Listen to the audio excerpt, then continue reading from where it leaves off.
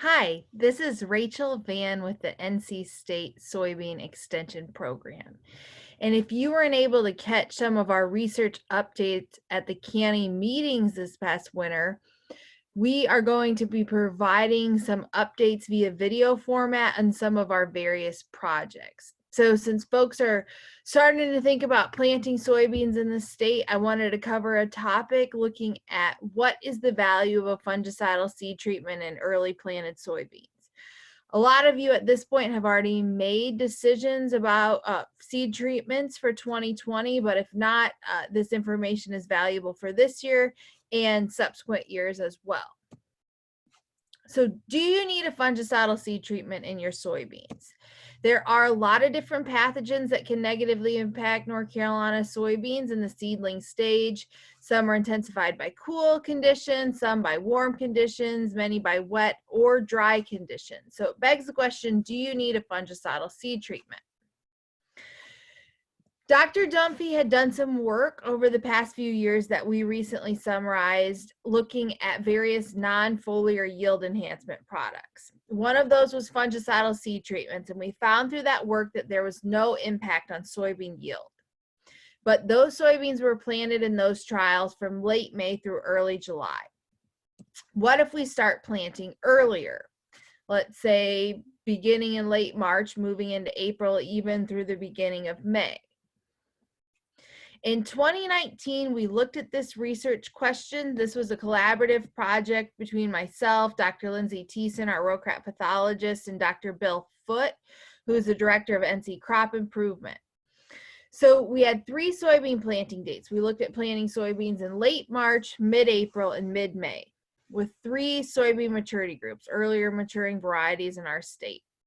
We looked at 5 fungicidal seed treatments compared to an untreated control. And we had this research at 3 sites across North Carolina, in the Piedmont, Coastal Plain, and in the Blacklands. Let's first look at the impact of these fungicidal seed treatments on soybean stand.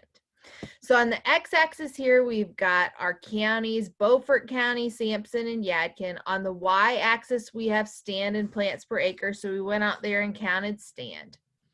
What I want you to focus on is the orange bars, which was our naked or untreated seed. At Beaufort, the use of a fungicidal seed treatment protected stand. At Sampson, there was no impact on stand from the use of a fungicidal seed treatment. And again at Yadkin, we saw a protection of stand from the use of a fungicidal seed treatment. How did this translate into yields? We've got yield data for Beaufort and Sampson County. This is being presented combined over those 3 planting dates and 3 maturity groups. Yields on the y-axis, and the orange bars again are untreated seed. At both Beaufort and Sampson, we saw a protection of yield from the use of a fungicidal seed treatment, anywhere from 6 to 7 bushels per acre. This picture is from another trial that we conducted in 2019. And in this trial, we were looking at the impact of various maturity groups across planting dates. In this particular photo, these soybeans were planted in Sampson County in the middle of March. Most of the seed in this trial was treated with a fungicide, insecticide, and nematicide, but our maturity group 4 came in untreated, and we needed to get it planted quickly for that March planting date, so we went ahead and planted it untreated. This photo here, this is a maturity group 3, 4, and here's a 5. The stand differences here aren't a function of maturity group. They're a function of lacking seed treatment in that maturity group 4 when it was planted in the middle of March without a seed treatment.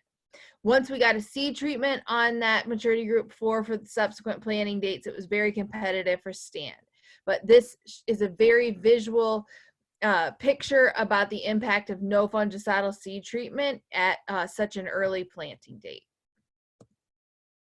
So if we break our fungicidal seed treatment trial results down from 2019 by planting date, when we planted in late March and soil temp was 61 degrees Fahrenheit on average, we saw a 9 bushel per acre yield protection from the use of a fungicidal seed treatment. When we planted in mid-April, that was about a 6 bushel per acre yield protection. And then in mid-May, about a 2.5 bushel per acre yield protection. So should you use a fungicidal seed treatment? This is just 1 year of data. We're planning to conduct these trials again in 2020 with adding a June and July planting date as requested by y'all out at the county meetings this year. So should you use a fungicidal seed treatment? Well, based on this preliminary data, if you're planting earlier than early May, it's something to consider. Please reach out to me if you have any questions about this research, and thank you for